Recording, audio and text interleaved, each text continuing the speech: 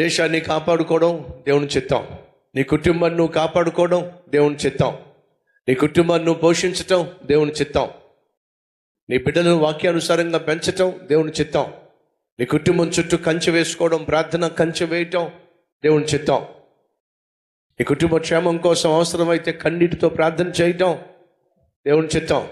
రక్షణ లేని భర్త కోసం, భార్య కోసం, బిడ్డల కోసం విరిగి నలిగిన మనసుతో ప్రభువు సన్నిధిలో గోజాడడం, రోధించటం దేవుని చిత్తం. మరి దేవుని చిత్తం ఏమిటో తెలిసి ఉండి కూడా, నీ బాధ్యత ఏమిటో ఎరిగి ఉండి కూడా ఆ బాధ్యతను పట్టించుకోకపోవడం ప్రమాదకరము అనే వాస్తవాన్ని మర్చిపోకండి. దావీదు ఘోరమైన పాపంలో పడిపోవడానికి ప్రధాన కారణం ఏమిటంటే తన బాధ్యతను నిర్లక్ష్యం చేయటం.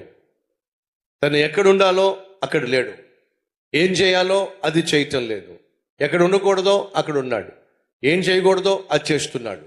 ఫలితంగా పాపంలో పడ్డాడు. తను ఉండాల్సింది మిద్ది మీద కాదు, తను ఉండాల్సింది యెరూషలేములో కాదు, తను ఉండాల్సింది ఎక్కడ?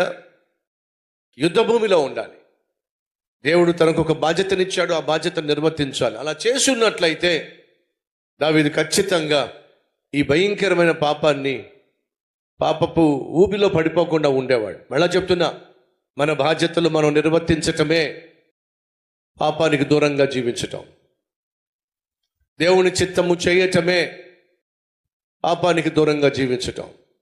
ఎప్పుడైతే మనం దేవుని చిత్తాన్ని విస్మరిస్తామో, మన బాధ్యతలను పక్కన పెడతామో, మనం చేయాల్సిన పనులు చేయకుండా పక్కవాడికి పురమాయిస్తామో, సోమరితనానికి మనం చోటిస్తామో, నిర్లక్ష్యంగా మనం వ్యవహరిస్తామో, ఖచ్చితంగా ప్రాణం మీదకు తెచ్చుకుంటాం, ఖచ్చితంగా నష్టాన్ని కొని తెచ్చుకుంటాం.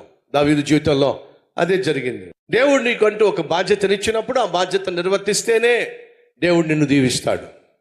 మర్చిపోకండి, దావీదు బాధ్యత యెరూషలేములో ఉండడం కాదు, యుద్ధ భూమిలో ఉండడం. దేవుడు దావీదుకి ఇచ్చిన పని దేశాన్ని సంరక్షించుకోవడం, అంతేగాని తన శరీరాన్ని సుఖపెట్టుకోవడం కాదు. దేవుడిచ్చిన బాధ్యతను పక్కన పెట్టేశాడు. ఉండవలసిన స్థలంలో ఉండకుండా ఉండకూడని స్థలంలో ఉన్నాడు. ఉండవలసిన స్థలం ఏంటి చెప్పండి? యుద్ధ భూమి. ఎక్కడున్నాడో చెప్పండి? యెరూషలేములో. అది ఉండాల్సిన స్థలమా? కానే కాదు.